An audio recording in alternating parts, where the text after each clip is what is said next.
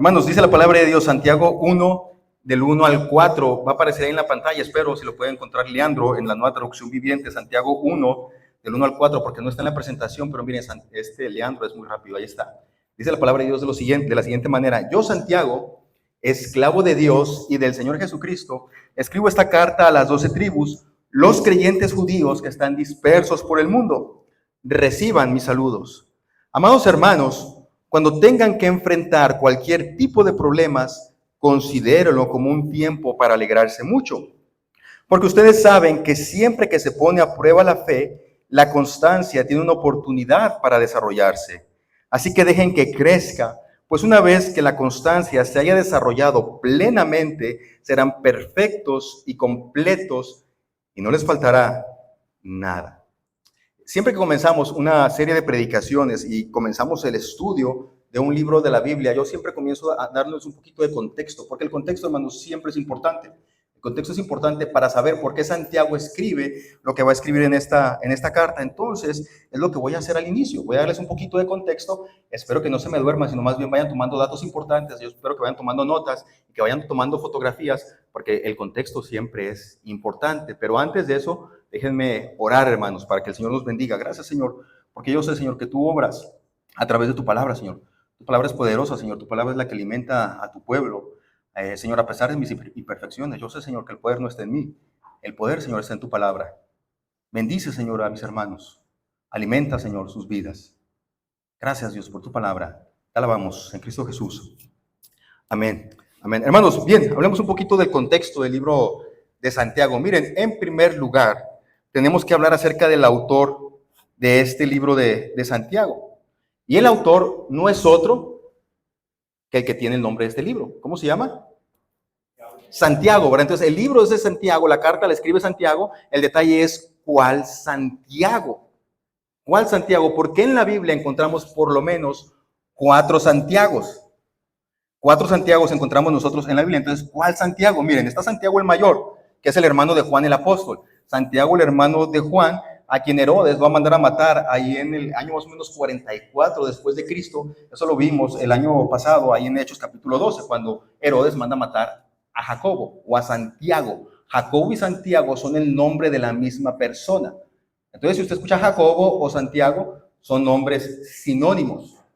Entonces, aparece Santiago o Jacobo, el que es el hermano de Juan, es el primer Santiago que aparece en la Biblia. Luego también tenemos a Jacobo el menor, que se conoce como el hijo de Alfeo. Yo siempre digo el hijo del feo, pero es el hijo de Alfeo.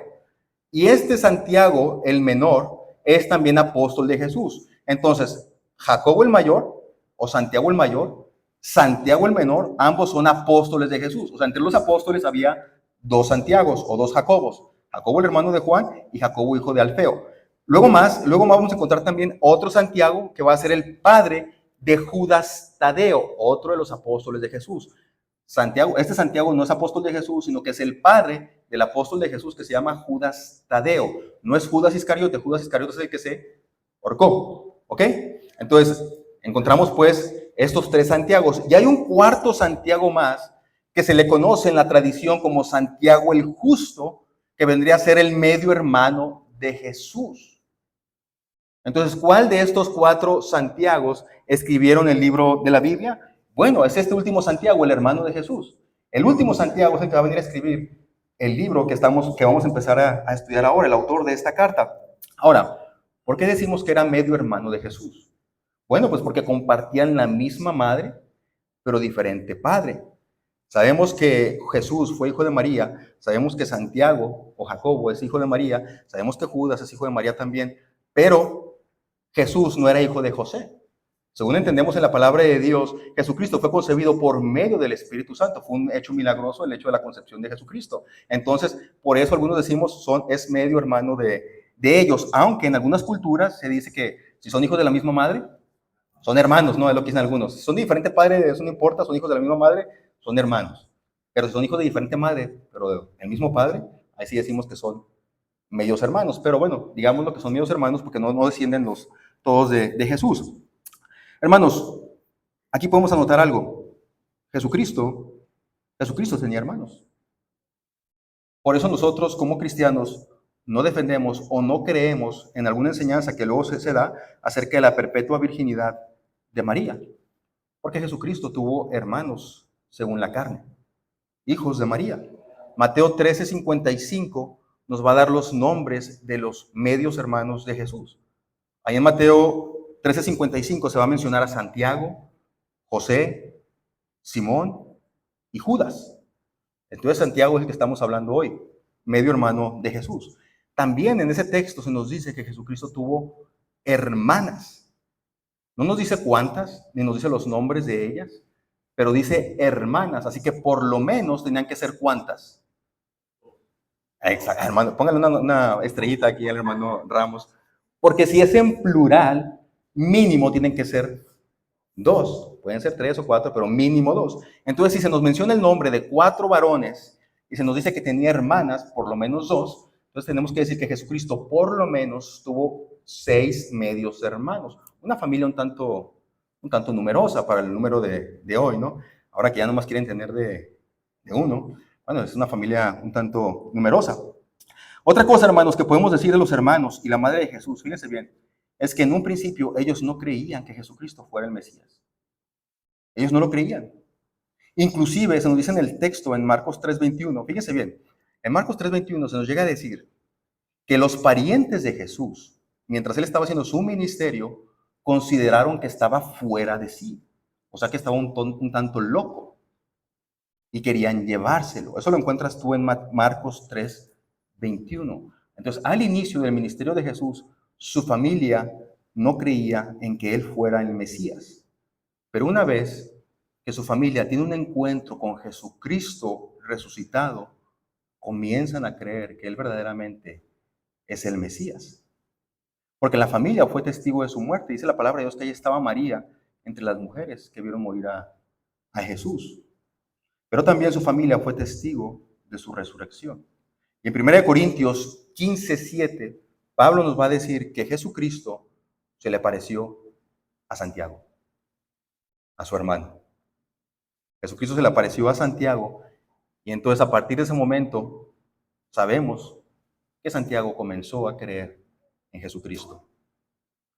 Otro dato que tenemos más, hermanos, es en Hechos capítulo 1, versículo 14, donde vemos que están en aquella primera reunión los cristianos, y dice el texto que en aquella primera reunión estaban los apóstoles, todos los 11 apóstoles, y aparte también estaba ahí María, junto con los hermanos de Jesús. Entonces sabemos que al principio los discípulos, perdón, al principio los hermanos de Jesús no creían en el ministerio de Jesús, pero después eran parte del primer grupo de cristianos, creyeron en Cristo. Entonces vemos que la familia de Jesús se convirtió después de tener un encuentro con Cristo resucitado. Luego, hermanos, en Hechos capítulo 15, encontramos que este Santiago del que estamos hablando, el medio hermano de Jesús, el autor de este libro que fue inspirado por el Espíritu Santo, fue líder de la iglesia de Jerusalén. Y la historia, esto no está en la Biblia, pero la historia nos dice que Santiago duró como líder o obispo de esta iglesia de Jerusalén por alrededor de 30 años en esta iglesia de Jerusalén. Hay una tradición muy hermosa acerca de Santiago, hermanos, porque esa tradición dice que a Santiago se le conocía como el viejo con rodillas de camello. Y usted puede creer que esto era una ofensa. El viejo con rodillas de camello. ¿Ustedes han visto las rodillas de los camellos? Dice, pues no, porque no andamos en el desierto, pastor. ¿Qué le pasa? Aquí andamos en carros todo el mundo. Si habitáramos en el desierto, quizás sí. No, pero si usted ha puesto atención, los camellos, siempre que llegan a un lugar, ¿qué es lo que hacen? Se arrodillan, se hincan, ¿no? Para bajar a la persona, para descansar. Los caballos no, los caballos duermen parados, pero los camellos no, los camellos se arrodillan. Entonces a los camellos se les empiezan a hacer unos callos muy grandes en las rodillas. Si usted ve las rodillas de los camellos, son grandes porque están llenas de callos. Ya se puede imaginar por qué le decían el viejo con rodillas de camello. ¿Por qué? Porque Jacobo era conocido como un líder que se mantenía en una vida de oración. Tanto así que en las rodillas ya se le habían hecho callos de tanto estar arrodillado orando. Qué hermoso, ¿no? Qué hermoso que le hayan puesto este apodo a Santiago. Yo me pregunto, cuando tú te mueras, ¿cómo te gustaría que la gente se acuerde de ti? como Jorge el Gruñón, como Jorge el Codicioso. ¿Cómo le gustaría? O sería algo bonito así, ¿no? Rodillas de camello, porque se mantenía él orando al Señor. Hermanos, sobre su muerte, sobre la muerte de Jacobo, hay dos versiones distintas. Una viene por el mundo por la historia secular y otra viene por la historia cristiana. Y en los dos casos es prácticamente lo mismo, pero también es bastante hermoso. Fíjense, la primera de ellas, que viene del historiador Flavio Josefo, que no era cristiano, por cierto. Él dice que durante aquella época hubo un vacío en el poder del gobernante romano que gobernaba ahí la región. Entonces había este vacío de poder y entonces el sumo sacerdote Ananías, haciendo uso o viendo, ¿verdad?, que había una oportunidad aquí, fue y convocó al Sanedrín para acusar a Santiago. Y entonces lo acusa a él junto con otros creyentes de violar la ley de Moisés y los condenan a morir apedreados por lapidación. Eso es lo que nos cuenta Flavio Josefo, un historiador secular. La historia de la iglesia cuenta que el Sanedrín, y esta historia de la iglesia está documentada por Eusebio, cuenta que el Sanedrín exigió a Santiago que se subiera al pináculo del templo. Le pidieron a Santiago, súbete al pináculo del templo, porque sabían que él era un líder de los cristianos, y le dijeron, y niega a Jesucristo. Y dice la historia que Santiago subió hasta el pináculo del templo, pero que en vez de negar a Jesucristo, comenzó a decir, Jesucristo es el Señor, y está sentado a la diestra del Padre. Y entonces los judíos, los líderes judíos, lo aventaron, Santiago cae, pero dice la historia que no murió. Cayó y todo maltrecho como pudo, se volvió a poner de rodillas y se puso a orar. Padre, perdónalos porque no saben lo que hacen. Entonces la gente agarró piedras y lo mató a pedradas. Eso es lo que dice la historia cristiana. Entendemos que a veces en ocasiones la historia cristiana o las tradiciones pues pueden tener algo, le pueden exagerar un poco por crear un héroe. Pero al final de cuentas, hermanos, vemos el testimonio de Flavio Josefo, un historiador no creyente, que fíjense bien lo que va a decir Flavio Josefo. Flavio Josefo más adelante llegó a decir que la caída de Jerusalén en el año 70 por parte de los romanos se debió a que ellos habían matado a un hombre justo. Y se está refiriendo a Santiago. Flavio Josefo, alguien que no compartía el cristianismo, llegó a decir que la caída de Jerusalén era un juicio divino porque ellos mataron a un hombre justo y se refería a Santiago. Esto significa, hermanos, que el carácter de Santiago era bien conocido en aquella región.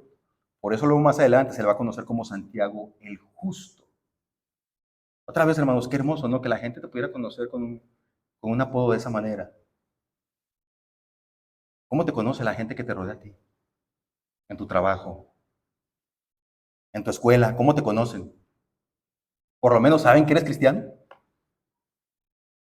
Por lo menos que digan, Jorge el cristiano, ahí va Jorge el cristiano. Ya cuando menos, ¿no? Que digan eso. ¿Cómo te conoce la gente a tu alrededor? Pues a Santiago la gente a su alrededor lo conocía como un hombre de muy excelente reputación, que inclusive algunos líderes judíos, después de que Ananías lo condena a que muera apedreado, algunos líderes judíos no estuvieron de acuerdo, porque sabían que Santiago era un hombre justo, era un buen hombre, no tenía por qué morir de esa manera. Pero bueno, hermanos, es la historia.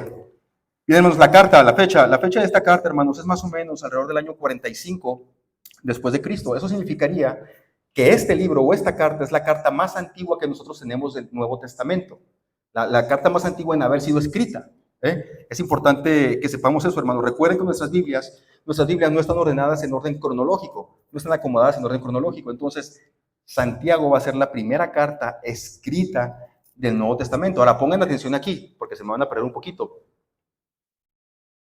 Es obvio que la vida de Jesús, es obvio que los evangelios nos hablan de épocas antes de la vida de Santiago. ¿Estamos de acuerdo en eso? Porque los evangelios nos narran la historia de la vida de Jesús.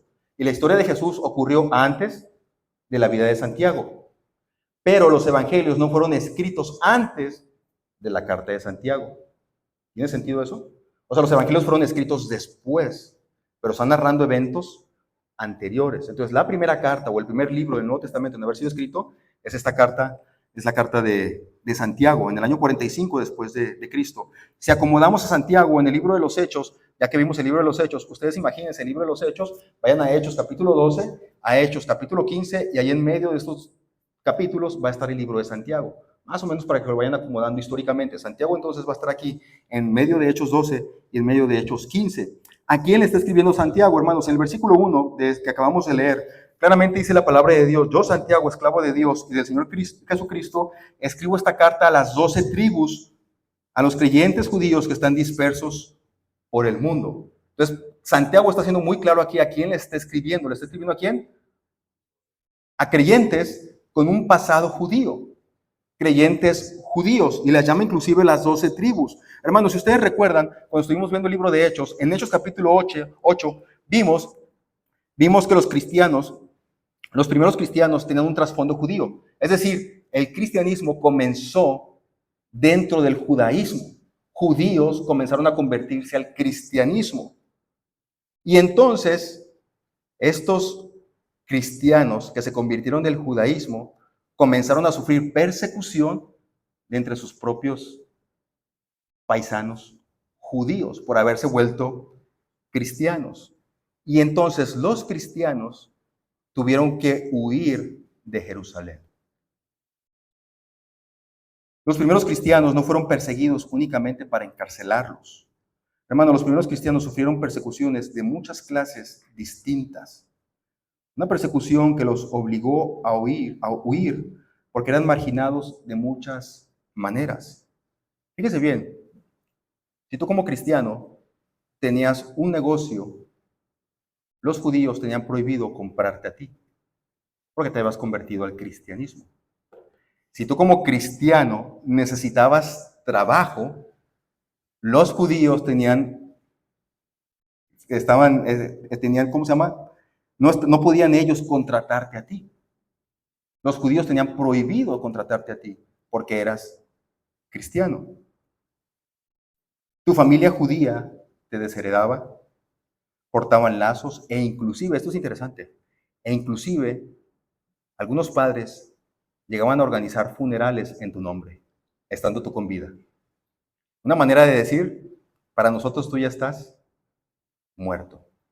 Y entonces, hermanos, estos cristianos con un pasado judío tuvieron que salir de Jerusalén, porque Jerusalén está llena de judíos que no los quieren, judíos que no los van a comprar nada, judíos que no les van a dejar trabajar, que no les van a dar empleo, judíos que los despreciaban, judíos que los perseguían para encarcelarlos y en algunos casos para matarlos. Así que los cristianos, ¿qué tuvieron que hacer?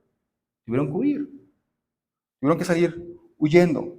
Pero cuando los cristianos huyeron a otras regiones, esto nos pasa también aquí a nosotros, hermanos, y lo vivimos y lo vemos. Cuando aquellos cristianos tuvieron que huir de Jerusalén a otras regiones del Imperio Romano, ellos comenzaron a llegar a otros países, con otras culturas, con otras lenguas diferentes. ¿Y qué pasó con aquellos cristianos? Pues comenzaron a adoptar la cultura y los valores de los países en los que ellos estaban ahora. De alguna manera podemos decir que esos cristianos comenzaron a adoptar valores mundanos. Por eso la carta de Santiago va a hacer mucho énfasis en lo siguiente: una fe auténtica se demuestra en cualquier lugar y bajo cualquier circunstancia. Ese es el punto de Santiago. Una fe auténtica se demuestra en cualquier lugar y bajo cualquier circunstancia, porque escúchame bien, es fácil ser cristiano cuando estoy rodeado de cristianos, ¿o no? Es fácil ser cristiano cuando estoy rodeado de cristianos. Es más, hasta me porto bien para que el que me está a mi lado cristiano diga, no, pues no voy a hablar mal de mí. Es fácil ser cristiano cuando está rodeado de cristianos. Pero ¿qué sucede cuando yo soy el único cristiano y estoy lejos con gente que no me conoce? ¿Qué sucede? No me respondan, por favor. ¿Qué sucede cuando tú eres el único cristiano y estás lejos de la gente que te conoce?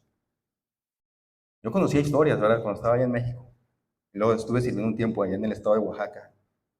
Y me platicaba, no, es que aquí esta hermana está solita porque tenía a su esposo, necesitaba trabajo, necesitaba dinero. Se fue a Estados Unidos, se olvidó de ella, se olvidó de los hijos y se juntó con otra. O se fue a Estados Unidos y se perdió en el mundo, tomar, emborracharse, mujeres, agarró vicios. Pero allá de aquel lado era un cristiano. Pero acá de este lado le dio rienda suelta a lo que estaba en su corazón. ¿Se dan cuenta? Por eso Santiago hace mucho énfasis en esto. Porque aquellos cristianos judíos que tuvieron que salir huyendo de Jerusalén comenzaron a vivir en diferentes partes y estaban mundanalizándose ellos. Estaban haciendo cosas que diríamos, eso no es lo que hace un cristiano. ¿Qué está pasando? ¿Qué está pasando con tu vida? Hermanos, si pudiéramos resumir en una sola frase, el contenido de Santiago sería: la verdadera fe en Cristo se manifiesta en paciencia en las pruebas, buenas obras, control de la lengua, sabiduría divina y vida separada del mundo. Ahora quiero que avancemos a la siguiente diapositiva, por favor, Leandro. Bien, hermanos, quiero que se graben lo siguiente. Grábenselo, por favor, tómenle foto, apúntenlo ya en su Biblia, raye su Biblia ahí en la primera hoja de Santiago. Este diagrama que está al final es importantísimo. Imagínense ustedes que esta línea amarilla es su vida, es tu vida. Entonces, el punto rojo es una vez que tú te conviertes a Cristo, que tú le entregas tu vida a Cristo, que tú le dices que sí a Dios. El punto rojo es eso, es tu conversión. Entonces, antes de ese punto rojo está tu vida antes de Cristo. Y después de ese punto rojo está tu vida cristiana o tu vida con Cristo. La carta de Santiago se va a enfocar en la segunda parte, en tu vida cristiana. Santiago no te va a decir qué hacer para ser salvo. Eso ya lo vimos en los evangelios. Eso ya lo vimos en el libro de Hechos. Eso es importante, hermanos. Esto es bien importante porque conforme vayamos avanzando en el libro de Santiago, varios van a pensar, bueno, pues parecería que Santiago nos está diciendo que tenemos que hacer algo para ganarnos la salvación, pero Santiago no está diciendo eso. Santiago está diciendo cómo se ve en realidad una vida cristiana. Si tú dices que en tu vida hubo ese punto rojo en algún momento en tu vida, a lo mejor no te acuerdas de la fecha, a lo mejor ni siquiera te acuerdas del momento, pero tú dices que tuviste una conversión. Bueno, entonces Santiago, muéstrame que ese punto rojo en realidad sucedió en tu vida por tus obras. ¿Estoy siendo claro? Grábenselo bien, porque luego les voy a estar preguntando de esta gráfica. Entonces Santiago no se va a enfocar en lo primero. Santiago se va a enfocar todo el tiempo en lo segundo. Y siempre va a estar hablando acerca de aspectos prácticos. Porque para Santiago lo importante es, ok, muéstrame que tu fe es verdadera con tus obras. Y lo dice Santiago, porque la fe sin obras es muerta. O sea, en realidad no existió. Entonces Santiago se va a enfocar mucho en eso, hermanos. Cuando tú lees la carta de Santiago, debes de tener cuidado de que Santiago no va a hablar de qué hacer para ser salvo, sino de qué hace un salvo. No qué hacer para ser salvo, sino qué es lo que hace una persona que es salvo. Si eres cristiano por creencia, también deberías de serlo por comportamiento. Porque algunos dicen, yo creo en Dios, pero tu vida no muestra que crees en Dios. Entonces Santiago va a hacer mucho énfasis en eso. No se puede ser lo primero sin lo segundo. No puedes decir, creo en Dios, y en realidad no comportarte como un hijo de Dios. Por eso, hermanos, aquí yo tengo que ser un poco cuidadoso. Todo el texto de esta carta contiene un carácter exhortativo. Pareciera que los estamos regañando, pero no. Es así, Santiago es así, ¿verdad? Tiene un tono muy exhortativo. Algunos eruditos dicen que Santiago tiene alrededor de 54 mandamientos en solo 5 capítulos. Está fuerte, ¿no? Que no nos gustan los mandamientos, nos gustan las promesas, nos gustan las bendiciones, pero no nos gusta que el Señor nos diga, hey, ¿qué onda? Ponte las pilas. 54 mandamientos en 5 capítulos. Así que, hermanos, el libro de Santiago es un buen libro para evaluar tu fe. Yo creo que cuando estemos estudiando el libro de Santiago, tú no lo uses como que me está regañando el pastor, me está castigando. No, úsalo para evaluar tu fe. ¿Cómo está tu fe? Si tú dices que existe este punto rojo en tu vida, entonces muéstralo. ¿Cómo está tu fe? Es un buen libro para eso. Siempre que lo hacemos, hermanos, entonces, enseñar el libro de Santiago, tenemos que hacerlo con gracia, pero con firmeza. Y hacer los cambios necesarios en nuestra mente y en nuestras acciones para agradar a Dios. Es un buen libro, hermanos, que llama a los cristianos a la santidad. Básicamente, Santiago dice lo siguiente: escucha, si dices que eres cristiano, tienes que vivir como cristiano. Es lo que dice Santiago. Así que ahora sí ya, entremos al texto. ¿Están listos? ¿O piensan que ya se acabó? Santiago capítulo 1, versículo 1 comienza de la siguiente manera: yo, Santiago, esclavo de Dios y del Señor Jesucristo. Algunas Biblias van a decir Santiago, siervo de Dios. Creo que la Reina Valera del 60 dice así: Santiago, siervo de Dios. Hermanos, pero la palabra griega que aparece aquí para siervo es la palabra doulos. Esta palabra, su sentido original es esclavo. Un doulos era un esclavo de los que se iban a comprar en el mercado. Eso es un doulos. Entonces, Santiago está diciendo aquí: yo, Santiago, doulos de Dios y del Señor Jesucristo. Esclavo. Fíjense cómo se visualizaba Santiago a sí mismo. Acabo de decirles yo que Santiago, ¿qué era de Jesús? Era el hermano de Jesús. ¿Qué era Santiago en la iglesia de Jerusalén? Obispo de la iglesia de Jerusalén, líder, pastor de la iglesia de Jerusalén. Santiago pudo empezar diciendo: yo, Santiago, hermano del Señor Jesucristo. O yo, Santiago, el pastor de la... Imagínate qué bonito suena eso, ¿no? El pastor de la iglesia de Jerusalén, la primera iglesia. Qué bonito, ¿no? Pastor de la primera iglesia bautista de Jerusalén. Hasta como que le da uno más peso, ¿no? Santiago pudo haber hecho eso. Yo, Santiago, obispo de la primera iglesia bautista de Jerusalén. Bueno, no bautista, pero de la iglesia de Jerusalén. Santiago pudo haber hecho, hermanos, pero no. Santiago le pone ahí: yo, Santiago, esclavo de Dios y del Señor Jesucristo. Esto, hermanos, ya nos está hablando mucho del carácter de Santiago. Hay mucha gente, ¿no?, que en nuestros días firma así, ¿no? El reverendísimo no sé qué, el excelentísimo no sé qué. Porque de alguna manera queremos darle peso a lo que estamos escribiendo. Sin embargo, hermano, Santiago se muestra a sí mismo con este simple inicio de la carta como un hombre humilde que no necesitó de títulos. No necesitó de títulos para que sus palabras tuvieran peso. Su propio carácter era suficiente. El peso que se le daba a sus palabras era suficiente por el carácter que tenía Santiago. Fíjense, no usó el parentesco de Jesucristo para sobresalir. En otras palabras, Santiago no fue un líder de la iglesia de Jerusalén es más, Santiago no fue un líder de la iglesia de Jerusalén por haber sido el hermano de Jesús. Algunos piensan eso, ¿no? Es que Santiago fue líder de la iglesia de Jerusalén porque pues era el hermano de Jesús. Por eso lo pusieron ahí de pastor. Pero no. En el puro título, como Santiago comienza a escribir este libro, nos damos cuenta de que en realidad la iglesia de Jerusalén vio el carácter de Santiago. Vio en Santiago a alguien que verdaderamente había sido transformado por su encuentro con Cristo. Vieron en Santiago su llamado, vieron en Santiago que tenía los dones espirituales para pastorear a la iglesia y entonces le dieron el cargo de pastor. Pero aún así, cuando Santiago escribe la carta, no se pone ahí pastor de la iglesia de Jerusalén, esclavo de Dios y del Señor Jesucristo. Yo creo, no me dejarán mentir, todos los que tenemos hermanos en la sangre, pues que siempre hay una competencia entre hermanos, ¿no? No hay, o no la hay, no existe. Sí, sí existe. Desde que somos pequeños, pues, estamos compitiendo. Yo veo a mis hijos ahí compitiendo todo el tiempo. El Levi quiere todo el tiempo competir con Jacob, aunque Jacob pues, obviamente es más grande y le va a ganar en muchas cosas.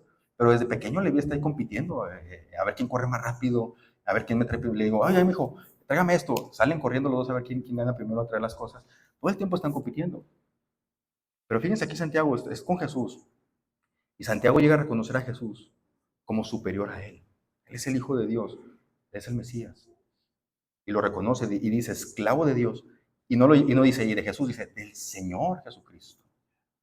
esclavo del Señor Jesucristo.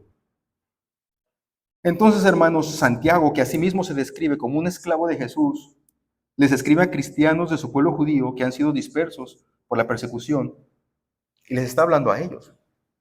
Santiago, el esclavo de Dios y del Señor Jesucristo. ¿Cómo te consideras tú? ¿Te consideras esclavo de Dios? Porque sí, es verdad, ¿verdad? A mí me gusta decir hijo de Dios, amigo de Dios, discípulo de Dios, pero esclavo. ¿Qué es un esclavo? Un esclavo es aquel que ha perdido todo. Un esclavo es aquel que se rinde por completo a la voluntad de su Señor. Es decir, ya no tiene voluntad. Ahora hago lo que mi Señor diga que yo tengo que hacer. Eso es un esclavo. Me han comprado a mí. Ya no vivo para mí, yo vivo para mi Señor. Eso es un esclavo. Y Santiago se describe a sí mismo como esclavo. Pablo también lo va a hacer. Pablo en varias de sus cartas también va a decir esclavo del Señor Jesucristo. ¿Cómo te consideras tú? ¿Te consideras en realidad que Jesucristo es tu Señor? Al punto que puedes decir, Señor, no se haga lo que yo quiero, sino lo que tú quieres. Amén. No, como que los seguís no tan dispuestos, ¿verdad? Pero lo entiendo porque naturalmente luchamos con eso. Yo también lucho con eso. Yo también lucho con eso. En ocasiones tengo que arrepentirme y decirle al Señor, Señor, perdóname porque no hago tu voluntad, hago la mía. Y yo digo que soy tu esclavo. Digo, pero no lo hago. Es difícil, hermanos, porque lucha contra nuestra naturaleza, que se quiere emancipar de Dios, que se quiere separar de Dios. Pero Santiago se escribe a sí mismo de esta manera. Deberíamos hacerlo también nosotros, no solamente describirnos, sino en realidad serlo, ser esclavos del Señor Jesucristo. Y luego Santiago les escribe entonces a estos cristianos y les dice en el versículo 2, amados hermanos, vean bien lo que dice el versículo 2, amados hermanos, cuando tengan que enfrentar cualquier tipo de problemas, considérenlo como un tiempo para alegrarse mucho. Ah, caray, está esto medio extraño, ¿no? Santiago va directo al grano, él no se va a andar con rodeos. Él comienza la carta, Santiago, esclavo de Dios y del Señor Jesucristo, y rápido. Amados hermanos, cuando tengan que enfrentar cualquier tipo de problemas, considérenlo como un tiempo para alegrarse mucho. ¿Qué quiere decir esto acerca de los destinatarios? Pues que ellos estaban sufriendo problemas. Por eso Santiago les va a decir eso. Por eso Santiago abre la carta. Hermanos, van a venir pruebas a sus vidas, pero considérenlo como un tiempo para alegrarse mucho. Y fíjense, hermanos, Santiago les habla a ellos como amados hermanos. Amados hermanos. Se presenta como uno de ellos. Es un hermano más entre ellos.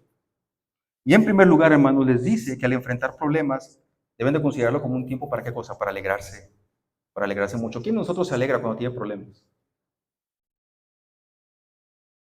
Bueno, aquí ya estamos desobedeciendo, ¿no? A Santiago. Apenas estamos comenzando la carta, hermanos. ¿Cómo está tu fe? Hermanos, esto es contraintuitivo, va contra nuestra naturaleza. En realidad, ¿quién considera que hay que alegrarse durante los problemas? Yo creo que nadie. Nadie se alegra por ello. Pero vamos a ver qué es lo que dice Santiago acerca de estos problemas. Porque Santiago va a decir, ¿cuándo? ¿Cuándo? ¿Qué significa esto cuándo? Significa, hermanos, en primer lugar, que los problemas son inevitables en la vida del cristiano. Son inevitables y son impredecibles.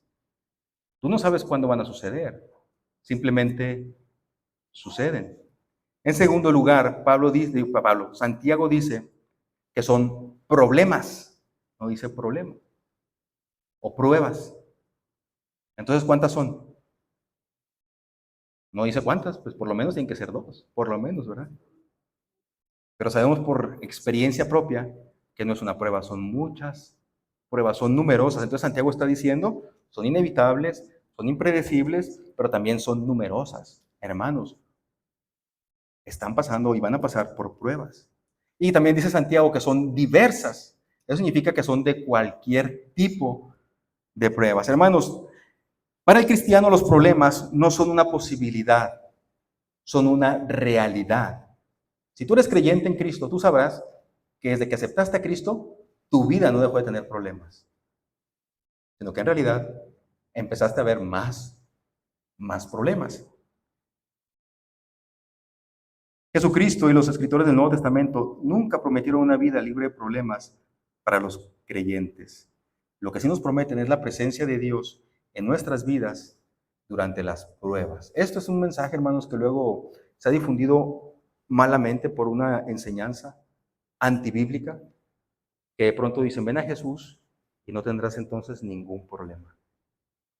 Pero este versículo desbarata todo eso. Desbarata todo eso porque Santiago está dando por hecho que todo cristiano va a atravesar, ¿por qué? Por pruebas.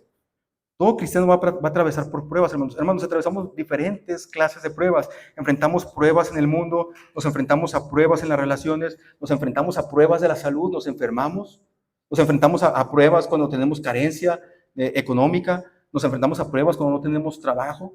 Enfrentamos muchas pruebas, enfrentamos inclusive pruebas de Satanás. Enfrentamos pruebas de todo tipo y sin embargo Santiago dice aquí, considera un momento ¿para qué? Para alegrarte. Considera un momento para alegrarse. Yo me pregunto siempre, hermanos, ¿qué pasaría? Pónganse a pensar un poquito conmigo en esto, en este escenario. ¿Qué pasaría si los cristianos, una vez que nos convertimos, una vez que pasamos por ese punto rojo que les ponía bien en la gráfica, qué pasaría si en ese momento todos nuestros problemas se terminaran? No va a haber carencia de trabajo, siempre vas a tener trabajo, no vas a tener problemas con tu enfermedad, tu cuerpo siempre va a estar sano, perfecto, delgado, qué sé yo, en forma. ¿Qué pasaría, hermanos, si los cristianos nos convirtiéramos y ya no tuviéramos ningún problema? ¿Qué pasaría? ¿Eh? Fíjense lo que está diciendo el hermano Roberto, es muy cierto. De hecho, de esto les advirtió Dios en el Antiguo Testamento a los israelitas. Deuteronomio capítulo 6 y capítulo 7. Dios les dijo a ellos, cuídate muy bien, porque cuando entres a la tierra que yo te voy a dar, vas a encontrar casas que tú no construiste. Vas a encontrar viñedos que tú no plantaste. Pero en esos momentos, les dice Dios a su pueblo, tienes que tener mucho cuidado, porque todas esas cosas pueden hacer que te olvides de Dios. ¿Qué creen que pasó con el pueblo? Entraron a la tierra prometida y se olvidaron de Dios. Tenían prosperidad, tenían abundancia, y lo primero que hicieron fue olvidarse de Dios.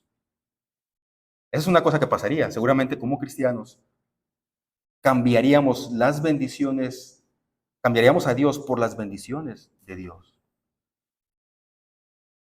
Y otra cosa que yo considero que pasaría es que si el mundo ve que los cristianos dejamos de tener problemas, se convertirán en el cristianismo no por amor a Dios, sino por las bendiciones.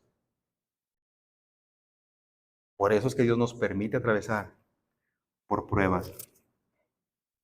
Fíjense bien, hermanos, Santiago no nos pide que sintamos, porque no dice Santiago, siéntanse alegres. Es verdad, pasar por pruebas no es un motivo de alegría. Santiago dice, considérenla. ¿Qué quiere decir esto, hermanos? Que tiene que ser un acto de la voluntad. O sea, una vez que tú estás atravesando por una prueba, Santiago no está diciendo, tienes que estar alegre. Santiago no está diciendo eso. O tienes que sentirte gozoso. No, Santiago no está diciendo eso. Santiago dice, considéralo. O sea, cambia tu perspectiva acerca de las pruebas. Y en vez de verlas como un momento de aflicción, dice, velo como un momento para alegrarte. Otra vez, Santiago no está diciendo tienes que sentirte alegre, sino considéralo como un momento para alegrarte. Es como decir, esto es doloroso, pero Señor, yo sé que tú estás bajo el control, que tú tienes un propósito superior. Hay un comentarista, hermanos, que se llama Albert Barnes, y él dice lo siguiente, no deberíamos de considerar las pruebas como un juicio de Dios, como un castigo, como una maldición o como una calamidad. Las pruebas, hermanos, fíjense bien, no son el resultado de un Dios malo, sino de un mundo caído. En otras palabras, siempre que estemos viviendo en este mundo hasta que no lleguemos a la gloria, estaremos atravesando pruebas, porque las pruebas son el resultado de un mundo caído. Pero ahí está lo hermoso, hermanos, ahí está lo hermoso, porque si las pruebas no son el resultado de un Dios malo, sino de un mundo caído, entonces podemos ir a Dios para encontrar la fuente de nuestra alegría en medio de las pruebas. ¿Me estoy explicando? Si Dios no produce esas pruebas, sino que son consecuencia del mundo caído, yo como cristiano puedo ir a Dios para que Dios me dé la alegría que necesito a través de esas pruebas. Dice el Salmo 34:15, los ojos de Jehová están sobre los justos y atentos sus oídos al clamor de ellos. Isaías 41:10, no temas porque yo estoy contigo. No desmayes porque yo soy tu Dios que te esfuerzo. Siempre te ayudaré, siempre te sustentaré con la diestra de mi justicia. Salmo 46:1, Dios es nuestro refugio y nuestra fuerza. Él siempre está dispuesto a ayudarnos en tiempos de dificultad. Entonces, en un mundo caído, vamos a enfrentar diversas clases de pruebas, pero como cristianos estamos llamados a considerarlas como un tiempo de alegría, porque esas pruebas nos van a hacer que nos acerquemos a Dios. Por eso debemos de considerarlas como un tiempo para alegrarnos. Así es como tenemos alegría con Él, porque nos ayuda a enfrentar nuestras pruebas. Hermanos, no estamos solos. En ningún momento estamos solos. Yo sé que muchos de ustedes están atravesando por pruebas en estos momentos. Pero la palabra de Dios siempre nos asegura que Dios va a estar con nosotros y va a ser nuestro ayudador en medio de las pruebas. Pero hermanos, ¿por qué llegan las pruebas? Podríamos preguntarnos. Hay tres razones que encontramos en la palabra de Dios. Fíjense bien. Las pruebas ocurren, o el Señor permite que tengamos por diferentes pruebas, porque de alguna manera tenemos nosotros que madurar.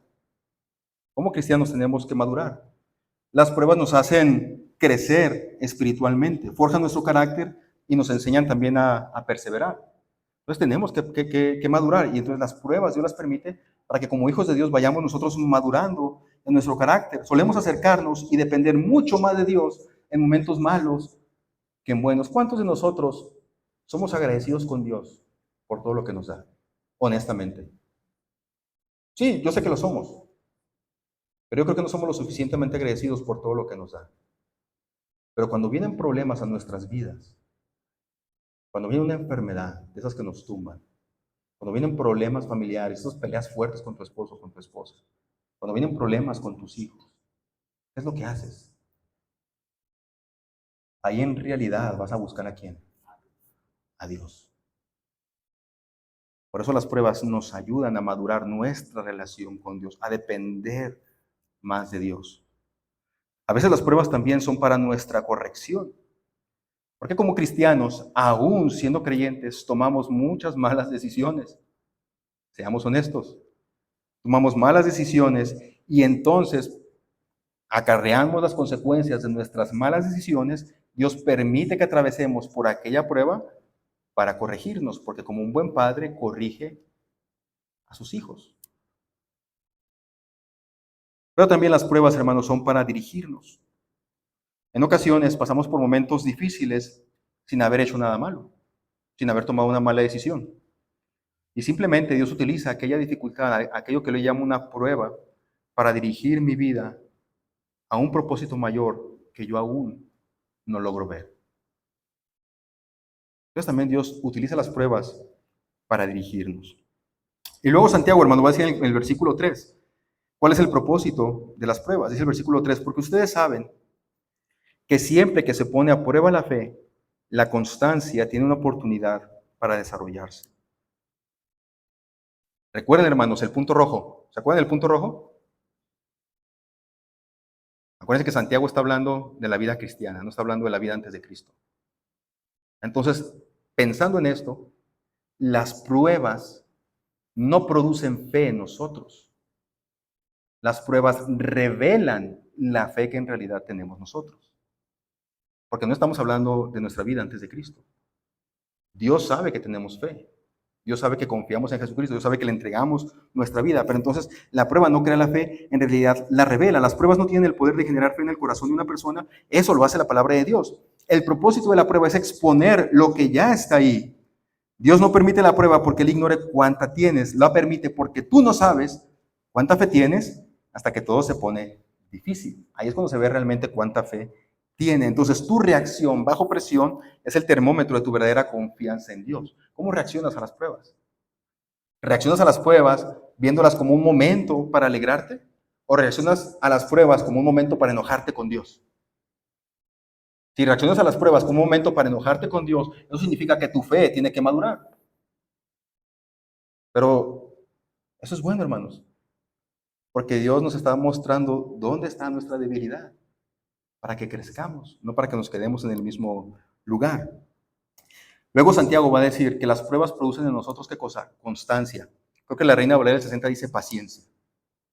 La prueba de vuestra fe produce paciencia. La Nueva Traducción Viviente dice produce constancia.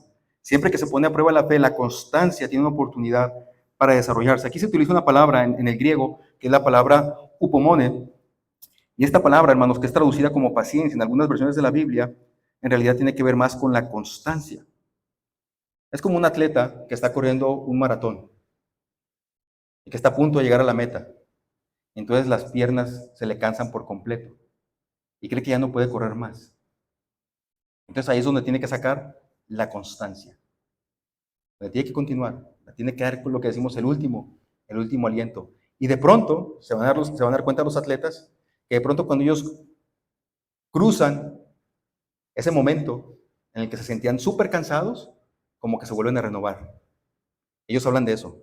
Sí, hay un momento en que tú piensas que ya no puedes más, vas y crees que ya no puedes más, pero entonces te esfuerzas, cruzas ese umbral y entonces como si volvieras otra vez a energizarte de nuevo y termina la carrera. Dice, solamente que algunos se caen antes, no llegan a cruzar ese umbral.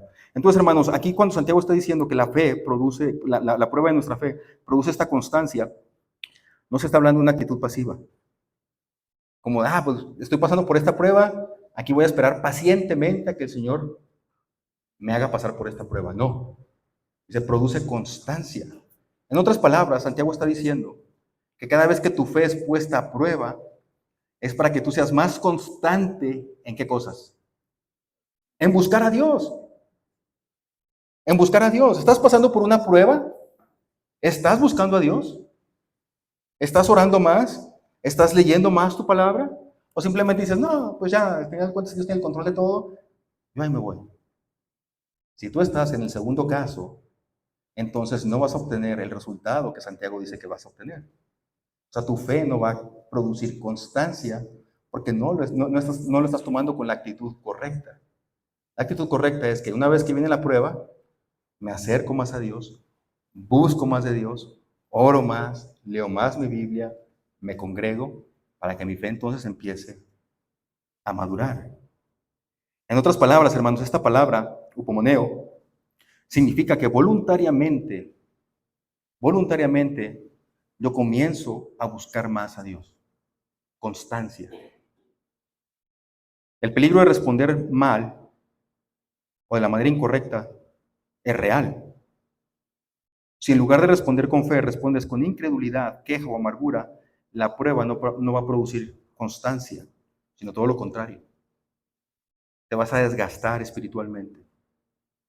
Te vas a desanimar. ¿Cuántos de nosotros de pronto no nos hemos desanimado por alguna prueba? Porque las enfrentamos mal. Pero Santiago dice, considérenlo como un momento para alegrarte. Tienes que cambiar tu perspectiva de cómo miras las pruebas. Y finalmente dice el versículo 4, así que dejen que crezca. Su fe, está hablando de la fe. Así que dejen que crezca, pues una vez que su constancia se haya desarrollado plenamente, serán perfectos y completos. No les faltará nada. Aquí Santiago, hermanos, está hablando de un proceso. No está hablando de algo que va a ser instantáneo. A veces pensamos los cristianos, no queremos ser así. Vivimos en un mundo que está sumamente acelerado y en el que queremos resultados inmediatos. Así somos. Voy al Jack in the Box y espero que mi orden salga en ¿cuánto tiempo? 5 minutos. En lo que yo la pedí, me la dan. Y si no, ¿qué? Me enojo. Me desespero. Me impaciento. Es más, hasta algunos llegan a decirle, ¿sabes qué? Te tardaste más de tanto tiempo, la orden debe ser gratis. Hasta pelean ahí con las personas. Porque vivimos en un mundo que es sumamente impaciente. Vivimos en un mundo rodeado de resultados. Pero Santiago aquí está hablando de una carrera que es larga. Tu vida, mientras estés aquí, hasta que mueras, va a estar llena de pruebas. Pero todas estas pruebas tú tienes que irlas enfrentando de la manera correcta, tomado de la mano de Dios, para que produzcan el fruto que Dios espera que produzcan en tu vida. Y va a ser un proceso, va a tomar su tiempo. Y la palabra que aparece aquí, que dice Santiago, para que seáis perfectos, cabales y completos. Miren, hermanos, en la antigüedad habían los maratones y se decía se decía que un atleta era completo y cabal cuando enfrentaba el maratón y ganaba todas las pruebas del maratón. Entonces ahí es cuando se decía que este atleta era completo y cabal. Nosotros necesitamos mejorar en muchas áreas de nuestra vida. Dios quiere mejorar tu vida por completo, no solamente una área de tu vida. Dios quiere cambiar toda tu vida por completo. Entonces, cada prueba que viene en nuestra vida va moldeando una área de ellas para que seamos completos, completos y cabales. Finalmente, hermanos, Carlos Spurgeon, ya para terminar, hay una cita que escribe él, que va a aparecer en la pantalla. Carlos Spurgeon es un predicador muy famoso en Londres, ya del siglo pasado. Y él, hablando acerca de las pruebas, miraba su vida hacia atrás y volteaba a ver aquellos peores momentos que tuvo en su vida. Y Carlos Spurgeon, él honestamente decía, he pasado por momentos tan difíciles que no quiero que se repitan. Y yo creo que es el sentimiento de muchos de nosotros. Hemos pasado por cosas tan difíciles que no queremos que se repitan. Pero sin embargo, él decía lo siguiente, he mirado atrás a los tiempos de prueba con una especie de anhelo, no de que vuelvan, sino de sentir la fuerza de Dios como la sentí entonces. Sentir el poder de Dios, sentir el poder de la fe como lo sentí entonces.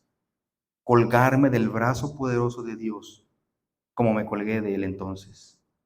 Y ver a Dios obrar como lo vi entonces. Ninguno de ustedes me dejará mentir que los momentos más difíciles de nuestra vida es cuando experimentamos mayormente el poder de Dios. Y anhelamos eso. El resultado final de la prueba, por tanto, no solamente que te vuelvas más fuerte, sino que desarrolles intimidad con Dios, dependencia de Dios y una firmeza de carácter que ninguna otra experiencia en la vida te la va a dar. Así que, hermanos, considerad por sumo gozo cuando os halléis en medio de diversas pruebas. Porque Dios está usando esas pruebas para perfeccionar tu carácter de tu vida cristiana. Considera la prueba como un momento para alegrarte. No te vas a sentir bonito, pero puedes cambiar tu perspectiva de cómo enfrentas ahora los problemas que llegan a tu vida. Amén. Gracias, Señor, por este tiempo.